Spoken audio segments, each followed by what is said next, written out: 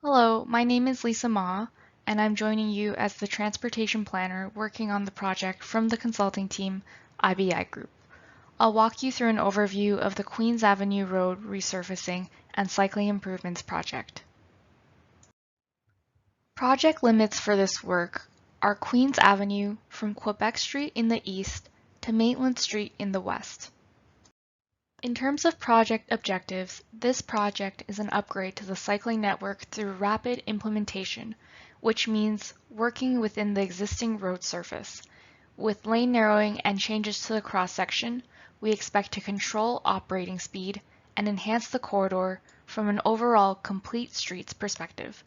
One of the key elements driving the timing of this project is the ability to coordinate with planned road resurfacing so that we will see some efficiencies in terms of construction, mobilization, and costs. As a rapid implementation project, there is an aggressive schedule in place. The project is currently in the design phase, with design anticipated to be complete in April. Construction is currently being targeted for completion by October of this year, pending funding. So, why is this corridor worthy of upgrades, you might ask?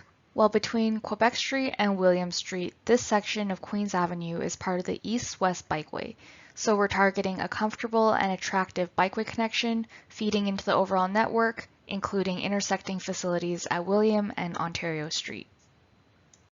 To provide a bit more context on this corridor, it is considered a civic boulevard. Although the frontage along Queens Avenue is primarily residential, there are important surrounding land uses, including commercial districts, several schools, and the Western Fair District. In terms of existing conditions, this one-way corridor generally has single-family homes along it. From just past Elizabeth heading east, the roadway has one travel lane, a conventional bike lane, and a parking lane. West of Elizabeth Street, there are two travel lanes and a conventional painted bike lane. From Quebec to just past Elizabeth, typical mid-block conditions are represented in the top cross-section with one travel lane, a painted bike lane, and a parking lane. The proposed modification for this cross-section is to narrow the travel lane, flip the parking and bike lanes, and add a buffer between the two, and incorporate intermittent bollards to create a parking protected bike lane. There are curb extensions in place along the same stretch of corridor. The cross-section at the top shows typical conditions at curb extensions with one travel lane and a painted bike lane with bollards. The parking lane is removed at these locations to accommodate the curb extension.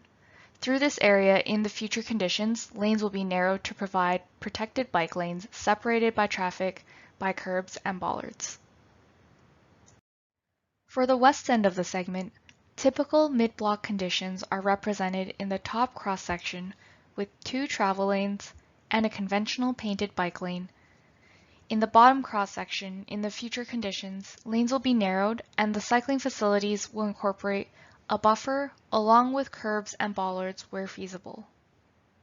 Some of the potential benefits of this type of complete streets project include the following. Road resurfacing benefits all road users by providing a smooth surface to travel on. Enhanced cycling facilities will help create a more comfortable environment for people who would like to cycle. Flipping the parking and bike lane locations and introducing a buffer will reduce the risk of dooring. And roadside conditions will improve for pedestrians as traffic is calmed by the buffer created by the bike lane. In terms of project impacts, the following impacts are noted. On-street parking will be formalized where there is space between existing driveways east of Elizabeth. The existing parking regulations will be maintained.